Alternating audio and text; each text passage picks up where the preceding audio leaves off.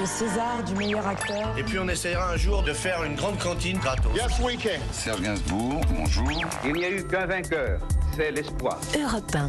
7h22 sur Europe 1, c'est l'heure du jour où. Aujourd'hui, dernier épisode de notre série consacrée depuis le début de la semaine à la guerre du Kippour de 1973, cette guerre qu'Israël faillit perdre avant de retourner la situation. 5 ans plus tard, 17 septembre 1978, le président égyptien Anwar el-Sadat et le premier ministre israélien Menachem Begin se retrouvent pour signer la paix dans le lieu de villégiature officiel du président américain. C'est à Camp David, lors d'Autriche, dans le Maryland.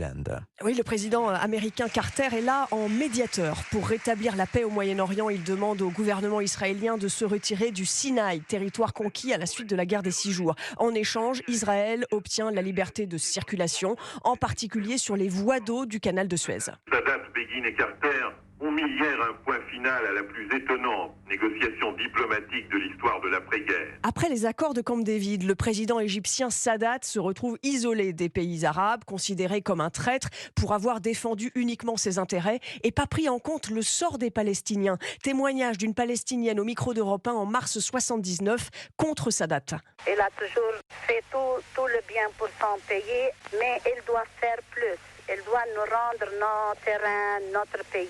Alors, les accords de Camp David sont une amorce de paix historique, Laure, et ils sont plutôt salués en Israël, en revanche. Oui, salués par des applaudissements et quelques rassemblements, comme ici à Jérusalem. Je ne regrette pas qu'on va céder le territoire parce que je crois que la paix est plus importante. Mais certains Israéliens restent inquiets pour la sécurité de leur pays, comme cet homme au micro européen de François Ponchelet. La perte est certaine et le gain n'est pas sûr. C'est extrêmement pessimiste alors que la joie règne autour de vous. Non, ce n'est pas la joie du peuple d'Israël. Si c'était de la joie profonde, des centaines de milliers il y aurait eu. Et le peuple n'est pas heureux. En mars 79, lorsque le traité de paix est signé, le violoniste Yehudi Menuhin joue à Jérusalem devant le mur des lamentations. Quelques notes de Jean-Sébastien Bach.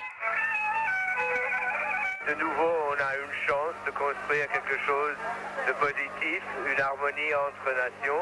Le premier ministre israélien Begin et le président égyptien Sadat reçoivent le prix Nobel de la paix en 78 et après l'Égypte, la Jordanie deviendra en 94 le deuxième pays arabe à normaliser ses relations avec Israël. Merci, Laure de Trie.